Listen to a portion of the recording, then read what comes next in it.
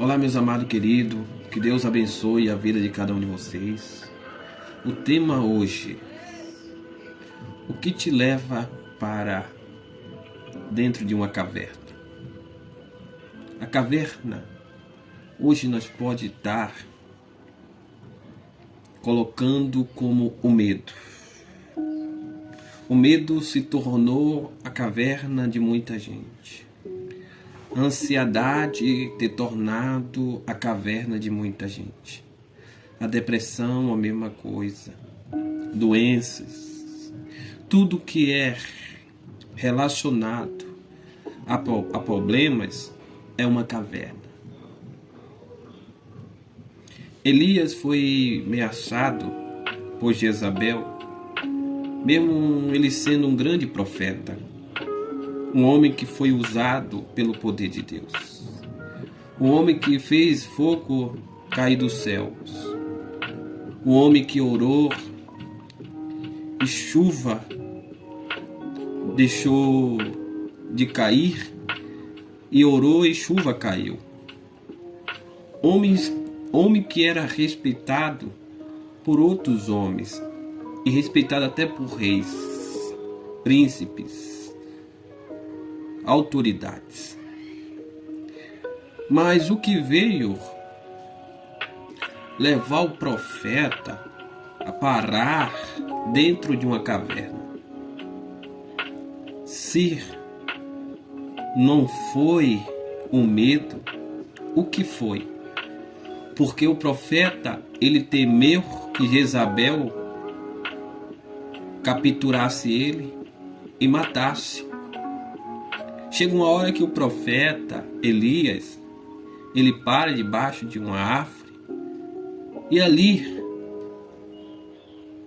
faz um pedido a Deus, dizendo que o Senhor tirasse ele, porque ele não era melhor do que os seus pais.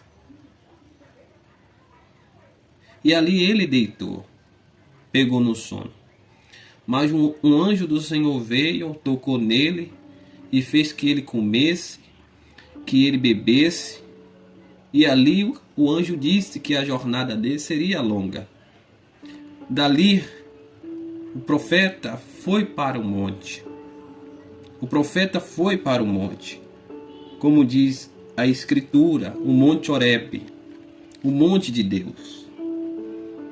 E chegando lá no monte, ele viu uma caverna, entrou com medo que alguém visse ele e falasse para Jezabel. E Jezabel desse uma ordem para prendê-lo ou até matar. Então o profeta ali, ele entrou com medo de ser morto naquela caverna. E olha que era um grande profeta, que tinha experiência com Deus. Isso pode acontecer comigo, com você e com qualquer uma pessoa. O medo nos leva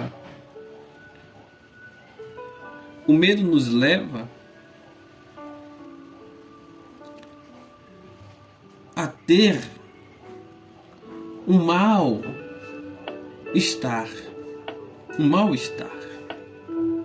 O medo nos leva, sim, às cavernas mais escuras. O medo nos leva às prisões da escuridão. Mas isso está relacionado à prisão da escuridão, à caverna da escuridão na nossa mente. Na nossa mente. Quando nós tomamos aquilo, ou quando nós deixamos aquilo afetar o nosso psicológico, o nosso raciocínio, faz nós perder todo o equilíbrio. E o nosso inimigo, o nosso adversário, ele trabalha em cima disso, fazendo que nós venha viver uma vida de escuridão ou de prisão. E olha o que a palavra do Senhor diz aqui.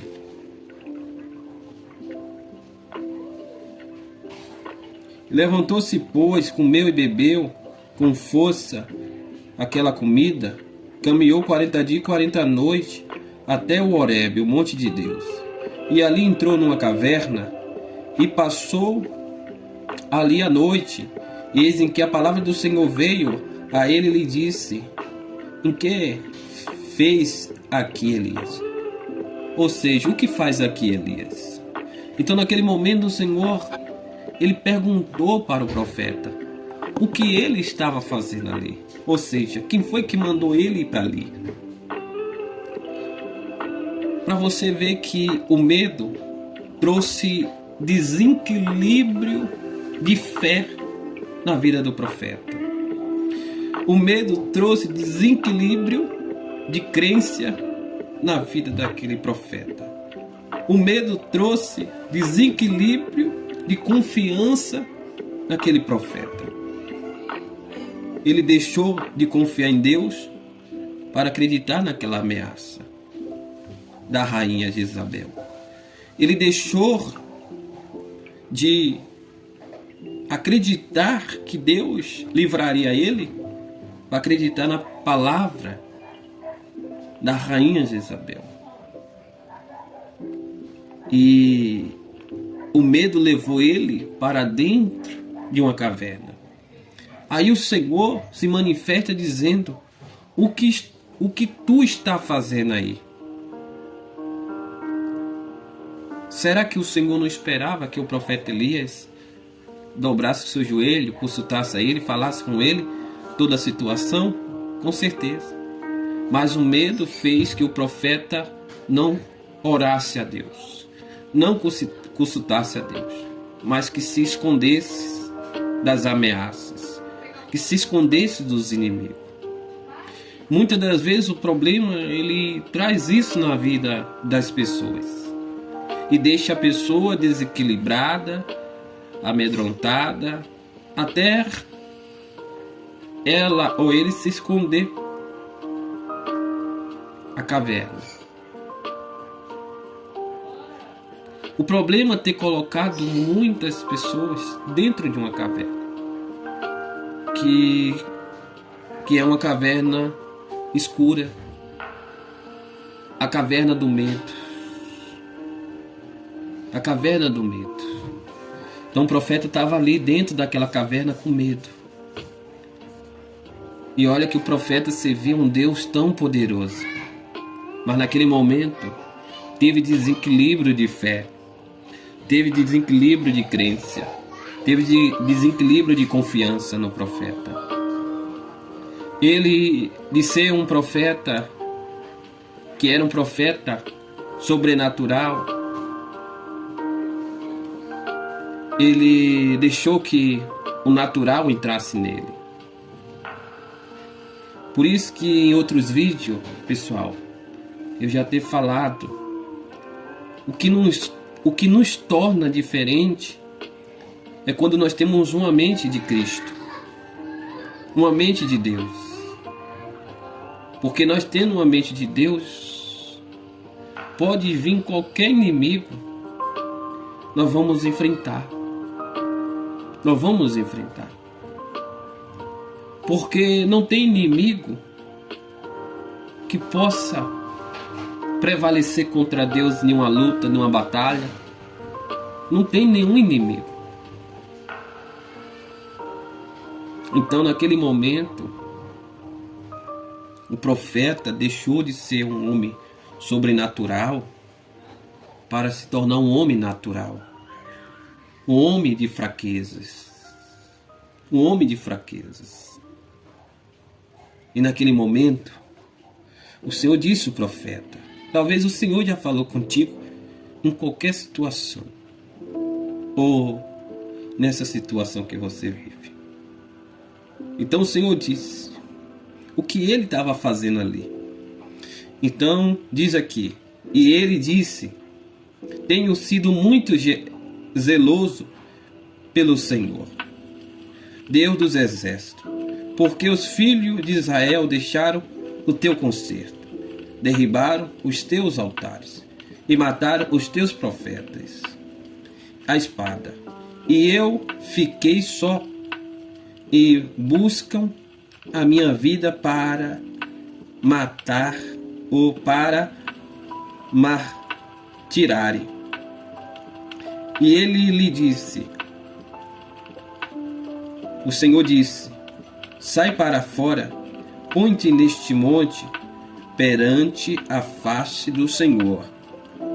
E eis em que passava o Senhor, como também um grande e forte vento, em que fendia os montes e quebrava as penhas diante da face do Senhor.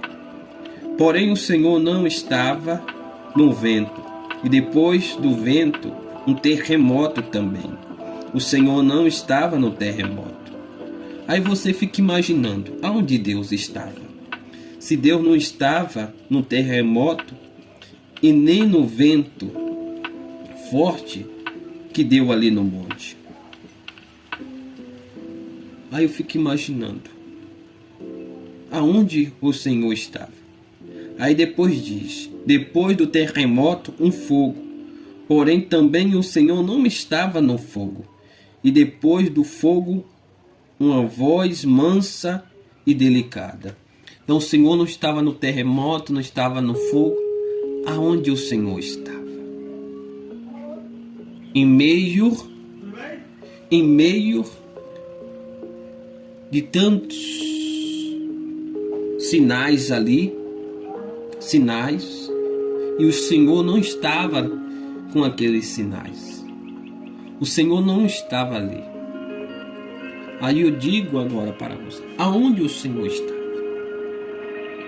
Se o Senhor não estava no barulho daquelas coisas, aonde o Senhor está? Aqui está a resposta. Aí diz aqui, e uma voz mansa e delicada.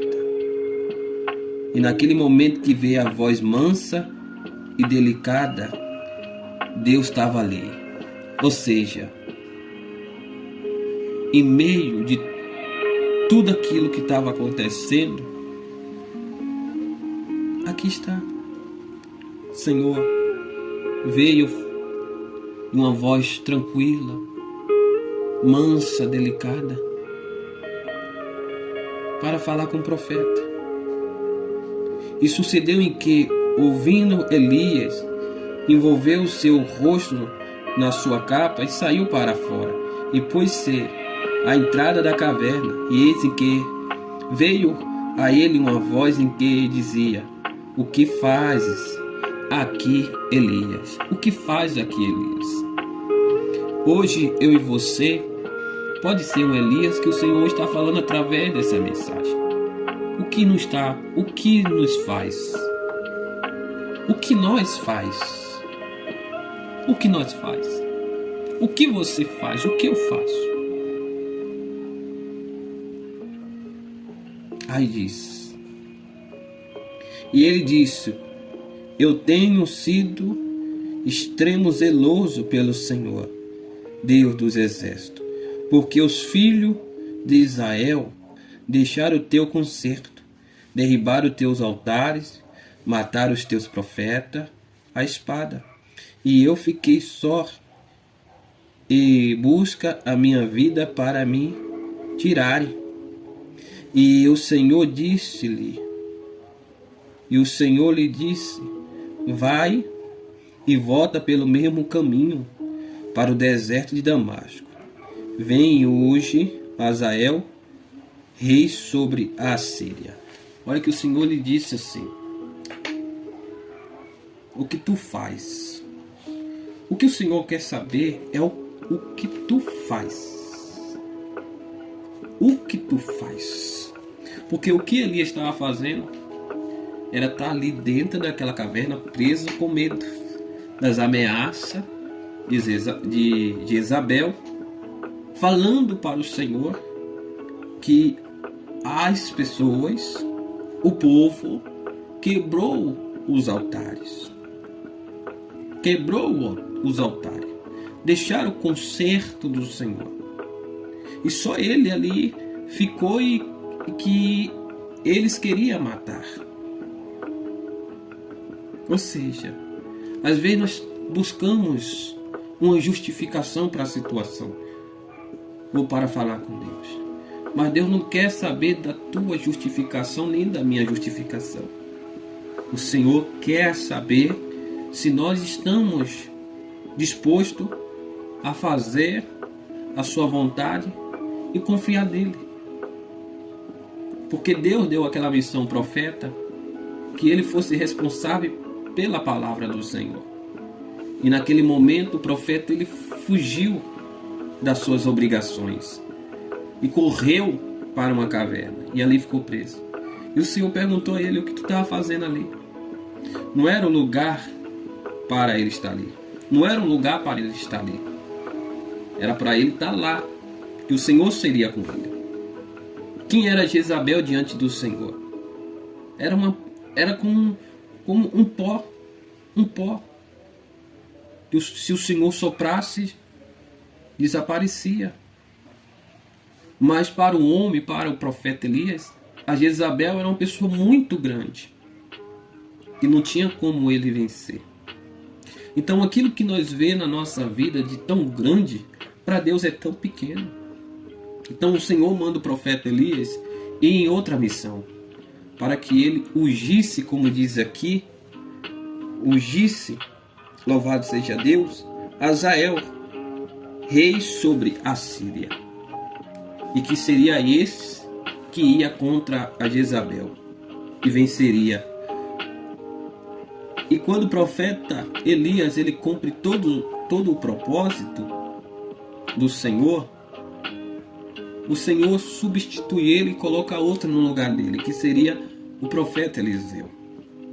Então, quando nós deixamos de cumprir aquilo que Deus nos ordenou, ou aquilo que nós sabemos, sempre tem um esperando uma oportunidade. Sempre tem um esperando a oportunidade.